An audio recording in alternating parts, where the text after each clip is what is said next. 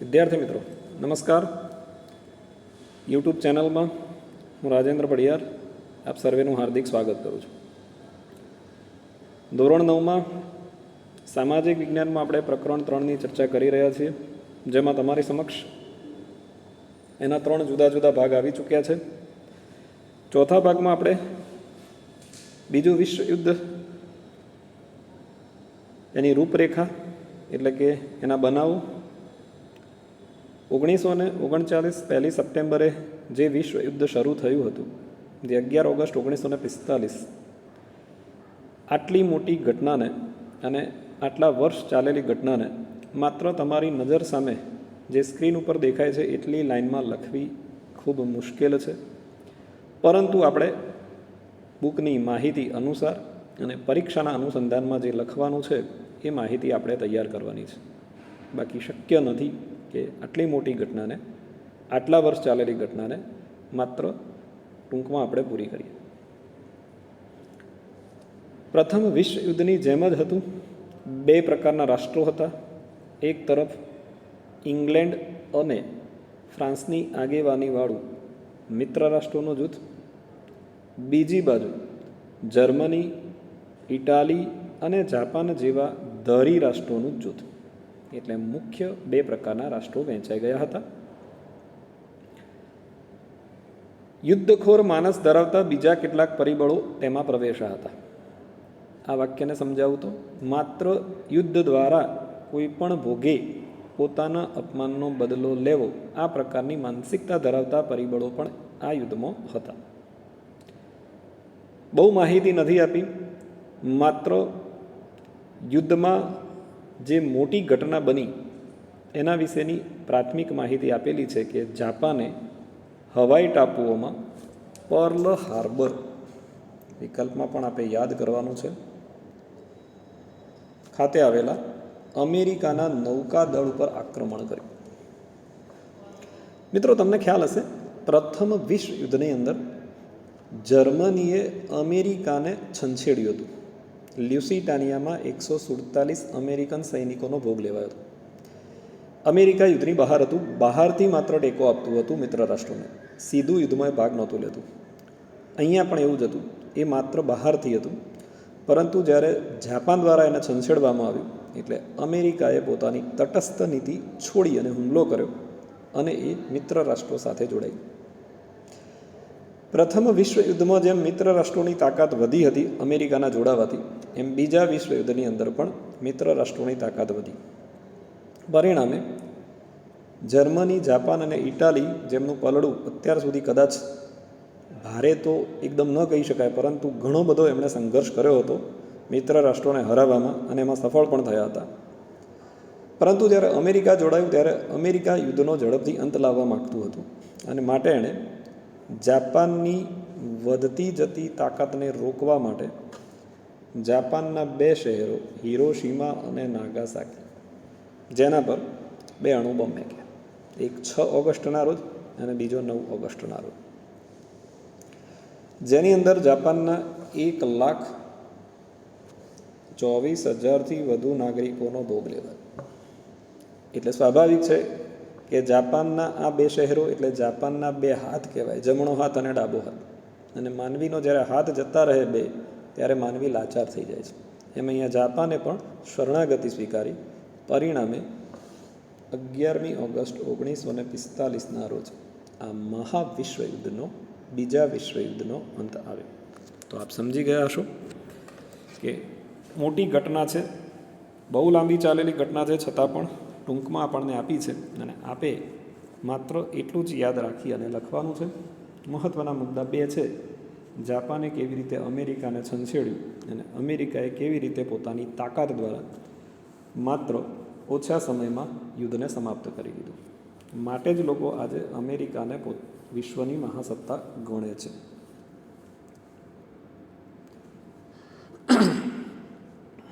હવે યુદ્ધના પરિણામો, બીજા વિશ્વ યુદ્ધના પરિણામો. કોઈ પણ નાની કે મોટી ઘટના હોય એટલે કારણ પણ હોય, બનાવ પણ હોય, ત્યારબાદ એના પરિણામો પણ હોય. પ્રશ્નના અનુસંધાનમાં વાત કરું તો પરિણામો બહુ મોટા સ્વરૂપમાં ઓછા પૂછાય છે. નથી પૂછાતા એવું તો ક્યારે ન કહેવાય, પણ એટલા બધા નથી પૂછાતા. અલગથી પૂછાય એવું લગભગ કોઈ વિશેષ પોઈન્ટ નથી. બહુ મોટો વિનાશ, આટલા વર્ષ આટલું લાંબુ ચાલેલું યુદ્ધ હોય એટલે લગભગ તમામ દેશોએ ખર્ચ કર્યો હતો, એટલે આર્થિક રીતે દરેકને નુકસાન થયું હતું. અમેરિકાએ $350 અબજ અને બીજા રાષ્ટ્રોએ પણ લગભગ $1,000 કરતાં વધારે ખર્ચ કર્યો હતો. મોટાભાગની કિંમતી સંપત્તિ નાશ પામી હતી. ઇંગ્લેન્ડે 2,000 કરોડની મિલકત ગુમાવી. હારેલા રાષ્ટ્ર જર્મનીની તો કલ્પના ન કરી શકાય. કારણ, પહેલાં તો એમણે શસ્ત્રોને ઉત્પાદન આપ્યું હતું. બીજા નંબરે જીવન જરૂરિયાતની ચીજવસ્તુઓની અછત, કારણ કે મોટાભાગના દેશોનું ધ્યાન માત્ર યુદ્ધ તરફ હતું. અને એ 2-4 મહિના ચાલ્યું હોય તો બરાબર છે મિત્રો, પણ 5 વર્ષ કરતાં 5.5 વર્ષ જેટલું આ યુદ્ધ ચાલ્યું. એટલે એ દરમિયાન અને મહત્ત્વના રાષ્ટ્રો એમાં જોડાયેલા હતા. એટલે જીવન જરૂરિયાતની વસ્તુઓનું ઉત્પાદન ઓછું થયું હતું, ઉત્પાદન ઘટ્યું. ફુગાવો એટલે મોંઘવારી અતિશય વધે, અને ફુગાવો કહેવાય છે, એ વધી. લોકોને કામ ન મળવાથી રોજીરોટીનો પ્રશ્ન ગંભીર બન્યો. બજારમાં જરૂરી માલ ન મળતા આર્થિક જીવન, સામાજિક જીવન ઉપર એની અસર થઈ, એટલે જીવન અસ્તવ્યસ્ત થઈ ગયું. અને મહામંદી વિશ્વમાં ફરીથી આવી, પ્રથમ વિશ્વયુદ્ધ પછી, એવી રીતે બીજા વિશ્વયુદ્ધ પછી. અને વિશ્વનું રાજકારણ અને અર્થકારણ એમાં યુગ પ્રવર્તક એટલે લગભગ 1 સદી કે તેથી વધુનો સમય, એવા મોટા ફેરફારો આ યુદ્ધના કારણે થવા લાગ્યા. બીજું પરિણામ એ કે ચીનમાં સામ્યવાદની સ્થાપના થઈ. રશિયા 1917ની અંદર બોલ્શેવિક ક્રાંતિ થઈ હતી, અને એના કારણે ત્યાં લેનિન સત્તા પર આવ્યો હતો. બોલ્શેવિક પક્ષનો વડો હતો, જે કાર્લ માર્ક્સની વિચારસરણીમાં માનતો હતો. અને પરિણામે ઓલરેડી રશિયામાં સામ્યવાદની સ્થાપના થઈ હતી. રશિયાએ સામ્યવાદની સ્થાપના કર્યા પછી જે પ્રગતિ કરી હતી, એનાથી વિશ્વના ઘણા રાષ્ટ્રો પ્રભાવિત થયા હતા, અને એમાંનું એક ચીન હતું. બીજા વિશ્વયુદ્ધ પછી જાપાનની શક્તિ ઓછી થઈ, એટલે ચીન ઉપર જે જાપાનનો પ્રભાવ હતો એ ધીરે ધીરે ઓછો થઈ ગયો. અને પરિણામે માઓ ત્સે-તુંગના નેતૃત્વમાં ઈસવીસન 1949ની અંદર ચીનની અંદર સામ્યવાદની સ્થાપના થઈ.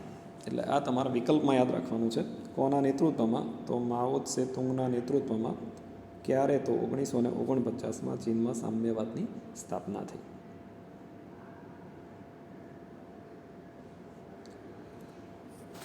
ચલો હવે ત્રીજું પરિણામ છે ઠંડુ યુદ્ધ.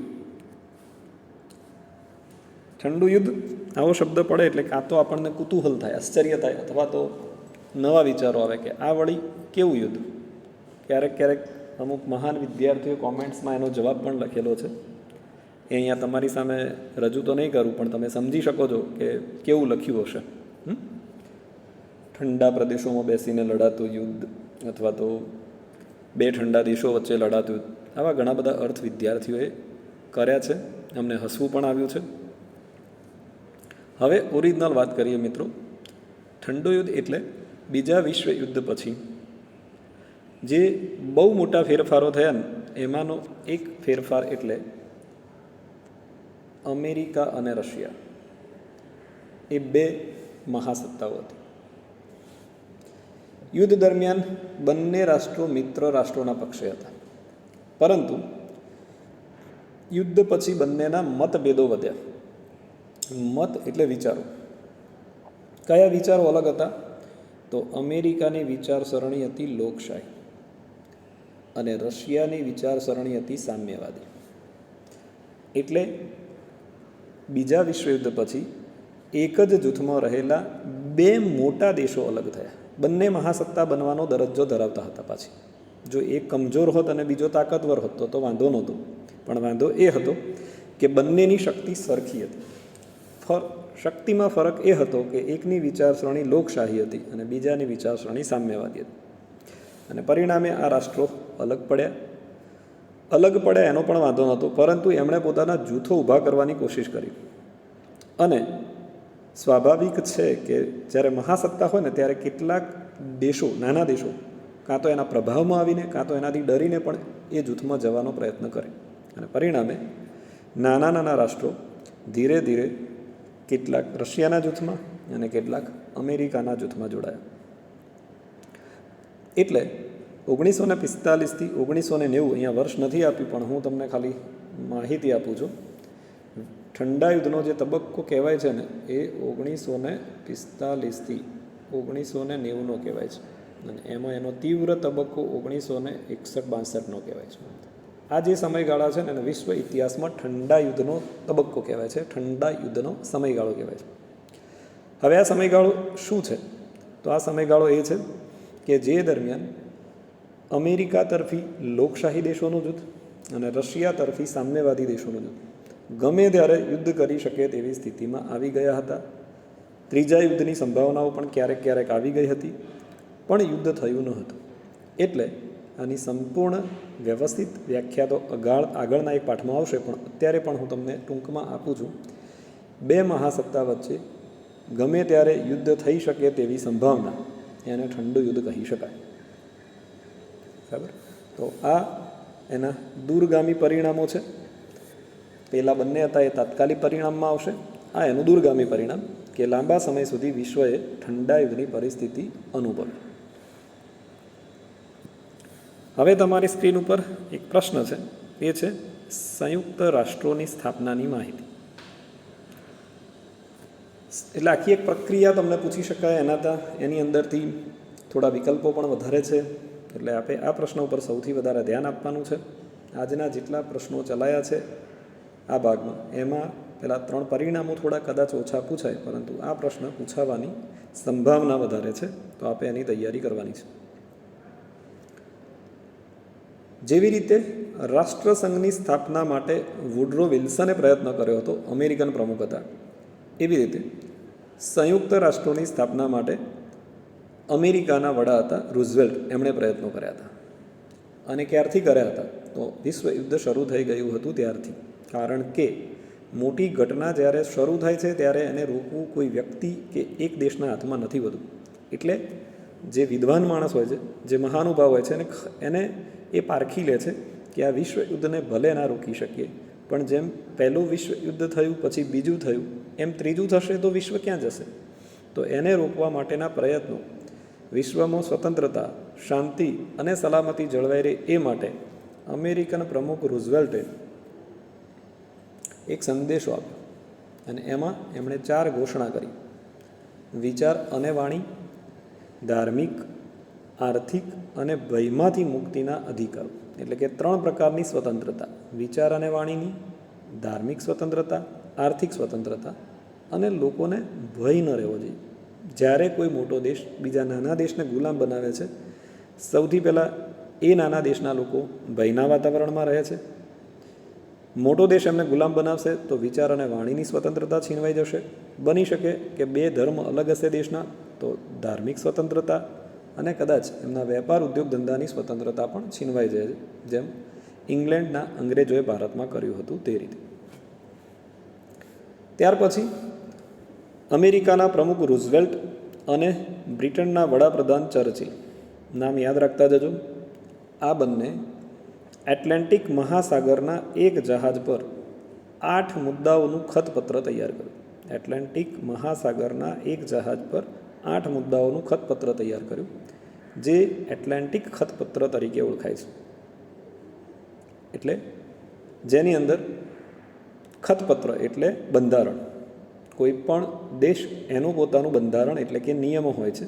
એમાં વૈશ્વિક એક સંસ્થા છે જે દરેક દેશ ઉપર પોતાનું પ્રભુત્વ સ્થાપવા માંગે છે, તો એના પણ નીતિ નિયમો એટલે કે બંધારણ હોય, જેમાં દરેક રાષ્ટ્રનું સ્વાતંત્ર્ય, સાર્વભૌમત્વની જાળવણી થાય, શાંતિ, સલામતી, સામાજિક અને આર્થિક કલ્યાણ થાય, તેમજ દરેક દેશ નિશસ્ત્રીકરણ સ્વીકારે. નિશસ્ત્રીકરણ એટલે શસ્ત્રો ન વિકસાવે. આ બધી બાબતોનો એટલાન્ટિક ખતપત્રમાં સ્વીકાર થયો હતો. બ્રિટન, અમેરિકા, રશિયા અને ચીનના વિદેશ પ્રધાનો વિશ્વની શાંતિ માટે મોસ્કો ખાતે મળ્યા હતા. જે વર્ષ હતું 1943 ઓક્ટોબર મહિનો, એમાં જે એમણે જાહેરાત કરી અને મોસ્કો જાહેરાત કહેવાય છે. 1943ના નવેમ્બરમાં પણ 3 મહત્ત્વના દેશોની પરિષદ મળી હતી તહેરાનમાં. આ નાના નાના મુદ્દાઓ છે, આપણે યાદ રાખવાના છે. મોસ્કો જાહેરાત એ પણ યાદ રાખવાની છે, ક્યારે થઈ, જો શક્ય હોય તો.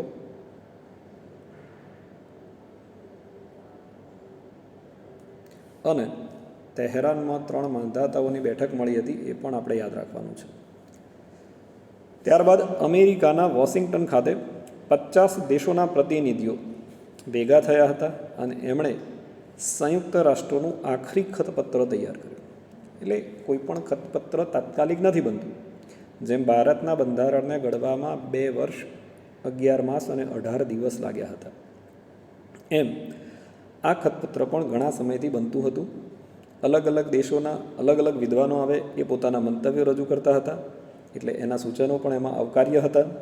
અને છેલ્લે વોશિંગ્ટનમાં 50 દેશોએ આનું ખતપત્રને આખરી રૂપ આપ્યું સપ્ટેમ્બર 1944ની અંદર. અને ત્યારબાદ 24મી ઓક્ટોબર 1945ના રોજ 51 દેશોએ એમાં હસ્તાક્ષર કર્યા અને એ રીતે આ સંયુક્ત રાષ્ટ્રો નામની એક મહત્ત્વની સંસ્થા ઉદ્ભવી. એટલે અહીંયા આપ સમજી શકો છો કે સંયુક્ત રાષ્ટ્રોની સ્થાપના કેવી રીતે થઈ. તો એ તમે એક આખી સ્ટોરી જેવું લખી શકો છો.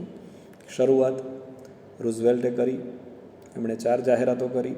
ત્યારબાદ ચર્ચિલ અને રૂઝવેલ્ટે એટલાન્ટિક ખતપત્રમાં કેટલીક જાહેરાતો કરી. ત્યારબાદ મોસ્કો ખાતે મળવામાં આવ્યું, તહેરાન ખાતે મળવામાં આવ્યું, વોશિંગ્ટન ખાતે મળવામાં આવ્યું અને છેલ્લે એનું 24મી ઓક્ટોબર 1945ના રોજ 51ના સભ્ય દેશો સાથે એમના હસ્તાક્ષર સાથે એની સ્થાપના થઈ. એટલે વિધિવત રીતે એની જાહેરાત થઈ. ભારત ત્યારથી એનું સભ્ય છે. 24 ઓક્ટોબરને એટલા માટે જ UN ડે તરીકે ઓળખવામાં આવે છે. આની સફળતા એટલા માટે છે કારણ કે એ વખતે 51 દેશો એમાં જોડાયેલા હતા. આજે એની સભ્ય સંખ્યા 193એ પહોંચી છે. રાષ્ટ્રસંઘ અને સંયુક્ત રાષ્ટ્રોમાં આ મોટો ફેરફાર છે. રાષ્ટ્રસંઘમાંથી ધીરે ધીરે બધા દેશો બહાર નીકળી ગયા હતા અને એનું અસ્તિત્વ પૂર્ણ થઈ ગયું હતું. સંયુક્ત રાષ્ટ્રોની વિશેષતા એ છે કે એમાં ધીરે ધીરે વધારે દેશો જોડાતા જાય છે. બીજી, આપણે પાઠના ટાઇટલની વાત કરીએ તો એમાં પણ સંયુક્ત રાષ્ટ્રોનો ઘણો મોટો ફાળો છે. આપણા પાઠનું ટાઇટલ હતું નૂતન વિશ્વ તરફ પ્રયાણ. 2 એવી બાબતો છે વિશ્વમાં, એક આ પાઠમાં નથી આવી, એ બાબત છે બિન જોડાણવાદ. એની ચર્ચા નહીં કરીએ, પણ આની ચોક્કસ કરીશું. અને બીજી બાબત સંયુક્ત રાષ્ટ્ર. 1919મો વર્સેલ્સની સંધિ પછી એવી પૂરી સંભાવનાઓ હતી કે બીજું વિશ્વયુદ્ધ થશે. રાષ્ટ્રસંઘની નિષ્ફળતા અને કેટલાક દેશોની સામ્રાજ્યવાદની નીતિના કારણે બીજું વિશ્વયુદ્ધ થયું. તો શું મિત્રો ત્રીજું વિશ્વયુદ્ધ ના થાય? કારણ કે પ્રથમ વિશ્વયુદ્ધ પછી બીજું વિશ્વયુદ્ધ થાય તો ત્રીજું પણ સંભવિત છે, પરંતુ ત્રીજું કદાચ નથી થયું ને, એના માટે આ બે મહત્ત્વના પરિબળો જવાબદાર છે. એમાં એક છે બિન જોડાણવાદ. બિન જોડાણવાદ એટલે અમેરિકા અને રશિયા સાથે જે દેશો જોડાયા એના સિવાયના જે દેશો હતા ને, એમણે એક નીતિ અપનાવી હતી, જે ન અમેરિકાના જૂથમાં જોડાયા કે ન રશિયાના જૂથમાં જોડાયા.